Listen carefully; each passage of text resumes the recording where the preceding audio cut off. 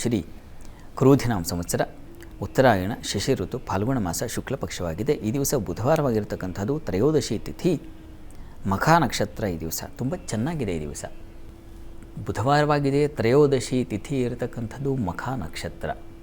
ಎಲ್ಲವೂ ತುಂಬ ಚೆನ್ನಾಗಿದೆ. ಒಳ್ಳೆಯ ಪ್ರಶಸ್ತ ಕಾಲ ಯಾವುದಾದ್ರೂ ಶುಭ ಕಾರ್ಯಗಳನ್ನು ಮಾಡಲಿಕ್ಕೆ ತ್ರಯೋದಶಿ ಕೂಡ ತುಂಬ ಉತ್ತಮವಾದದ್ದು. ಅದು ಶುಕ್ಲ ಪಕ್ಷದ ತ್ರಯೋದಶಿ. ಹೀಗಾಗಿ ಪಕ್ಷದ ಬಲ ತುಂಬ ಚೆನ್ನಾಗಿರೋದರಿಂದಾಗಿ ನೋಡಿ, ಚಂದ್ರಬಲ ಅನ್ನೋದು ಎಷ್ಟು ಮುಖ್ಯ. ಚಂದ್ರಬಲ, ತಾರಾಬಲ. ತಾರಾಬಲ ಅಂದರೆ ನಕ್ಷತ್ರದ ಆಧಾರದ ಮೇಲೆ ನೋಡ್ತಕ್ಕಂಥ ಬಲ. ಇವೆರಡು ತುಂಬ ಮುಖ್ಯ.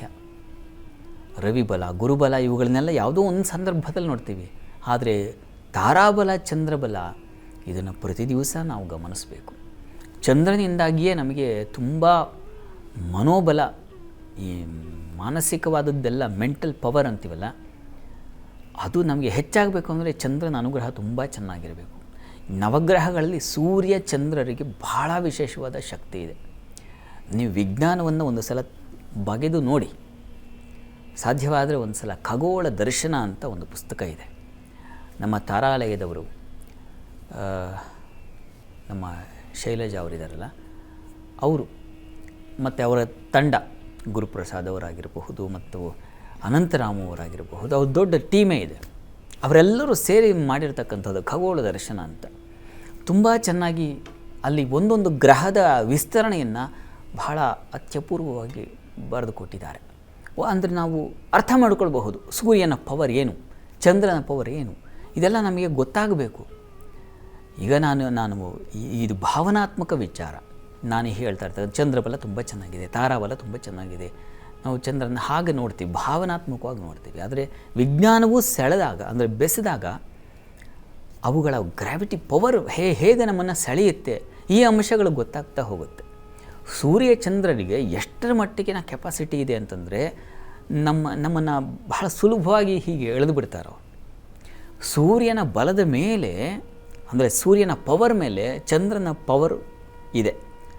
ಚಂದ್ರನಿಂದನೂ ಕೂಡ ಸೆಳ್ಕೊಂಡು ಸೂರ್ಯ ನಮಗೆ ವಿಶೇಷವಾದ ಪವರ್ ಕೊಡ್ತಾನೆ.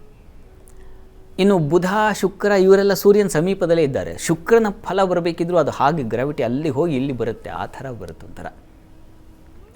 ಇದೆಲ್ಲ ತುಂಬ ಚೆನ್ನಾಗಿದೆ ಅಲ್ಲಿ. ಹೀಗಾಗಿ ಇದರಲ್ಲಿ ಅತ್ಯಂತ ಪ್ರಧಾನವಾದ ಈ ಗ್ರಹಗಳಲ್ಲಿ ಸೂರ್ಯ ಚಂದ್ರರು. ಹಾಗಾಗಿ ಅವರಿಗೆ ನೋಡಿ, ನಮ್ಮ ಶಾಸ್ತ್ರದ ದೃಷ್ಟಿಕೋನ ಪಾಪ ಋಷಿಗಳು ಕಂಡುಕೊಂಡು ಬಿಟ್ಟಿದ್ದಾರೆ. ಸೂರ್ಯನೇ ಪ್ರಧಾನ, ಅದಕ್ಕೆ ರಾಜಗ್ರಹ ಅಂತ ಅದಕ್ಕೆ ಹೆಸರು. ರಾಜಾನೋ ರವಿಶೀತ ಗೌ ಅಂತ ಶಾಸ್ತ್ರವರಾಹ ಮೇಲೆ ಹೇಳ್ತಾರೆ. ರವಿಚಂದ್ರರೇ ರಾಜರಪ್ಪ ನಮ್ಮ ನವಗ್ರಹಗಳಲ್ಲಿ ಅಂತ. ಹೀಗಾಗಿ ಚಂದ್ರ ಅನ್ನೋದು, ಸೂರ್ಯ ಚಂದ್ರ ಇಬ್ಬರು ಕೂಡ ತುಂಬ ಪ್ರಧಾನ. ಈಗ ಪಕ್ಷದ ಬಲ ಚೆನ್ನಾಗಿದ್ದಾಗ, ಪೌರ್ಣಮಿ ಸಮೀಪದಲ್ಲಿದ್ದಾಗ ಚಂದ್ರನಿಗೆ ಬಹಳ ವಿಶೇಷವಾದ ಪವರ್ ಇರುತ್ತೆ, ಬಲ ಇರುತ್ತೆ. ಆ ಬಲದಿಂದಾಗಿ ನಮ್ಮ ಮನಸ್ಸುಗಳಲ್ಲೆಲ್ಲ ಕಂಟ್ರೋಲ್ ಮಾಡ್ತಾ ಇರ್ತಾನೆ ಆತ. ಇಂಥ ಬಲವಿದ್ದಾಗ ಒಳ್ಳೆಯ ಶುಭ ಕಾರ್ಯಗಳನ್ನು, ಯಾಕೆ ಚಂದ್ರನ ಬಲ ಇದ್ದಾಗ ಮಾಡಿ ಶುಭ ಕಾರ್ಯಗಳನ್ನು ಶುಕ್ಲ ಪಕ್ಷದಲ್ಲಿ ಮಾಡಿ, ಕೃಷ್ಣ ಪಕ್ಷದ ಪಂಚಮಿ ಒಳಗೆ ಮುಗಿಸಿ ಆದಷ್ಟು ಅಂತ ಯಾಕೆ ಹೇಳ್ತಾರೆ ಅಂತಂದರೆ, ಅದು ಮನಸ್ಸಿಗೆ ಸಂಬಂಧಿಸಿರ್ತಕ್ಕಂಥ, ನಾವೆಲ್ಲ ಭಾವನಾ ಜೀವಿಗಳು. ಇವೆಲ್ಲ ಸಂತೋಷ, ಸಂಭ್ರಮ, ಏರ್ಪಡಿ ಯಾವುದೋ ಒಂದು ಫಂಕ್ಷನ್ ಅಂತಂದರೆ ಅಲ್ಲೆಲ್ಲ ಭಾವನೆಗಳ ಉತ್ಸವ ಆಗ್ತಾ ಇರುತ್ತೆ. ಹೀಗಾಗಿ ಆ ಉತ್ಸವದಲ್ಲಿ ಕೊರತೆ ಆಗದೇ ಇರಲಿ, ಆ ಉತ್ಸವದಲ್ಲಿ ಖಿನ್ನತೆ ಬರದೇ ಇರಲಿ, ಆ ಉತ್ಸವಗಳು ಮಂಕಾಗದೇ ಇರಲಿ ಅನ್ನೋ ಕಾರಣಕ್ಕೆ ಚಂದ್ರಬಲ ಬಹಳ ಮುಖ್ಯ.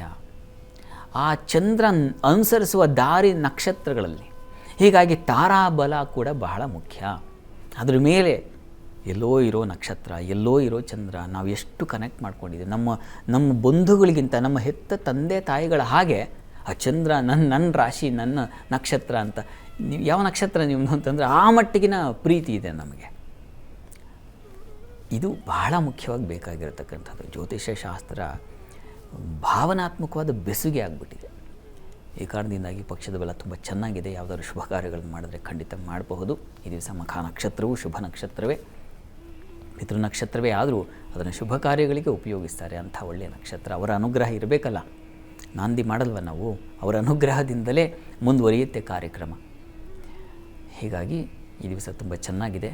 ಬುಧ ಈ ವಾರದ ಅಧಿಪತಿ ಸ್ವಲ್ಪ ಬಲಹೀನ. ಹೀಗಾಗಿ ವಿಷ್ಣು ಸನ್ನಿಧಾನಕ್ಕೆ ಸ್ವಲ್ಪ ಹೆಸರು ಕಾಳು ದಾನ ಮಾಡ್ಕೊಂಬನ್ನಿ.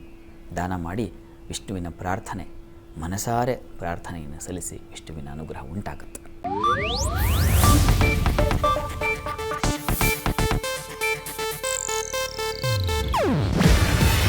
ಇದು ಏಷ್ಯಾನೆಟ್ ನ್ಯೂಸ್ ನೆಟ್ವರ್ಕ್ ಪ್ರಸ್ತುತಿ. ನೀವು ನೋಡ್ತಿದ್ದೀರಾ ಏಷ್ಯಾನೆಟ್ ಸುವರ್ಣ ನ್ಯೂಸ್.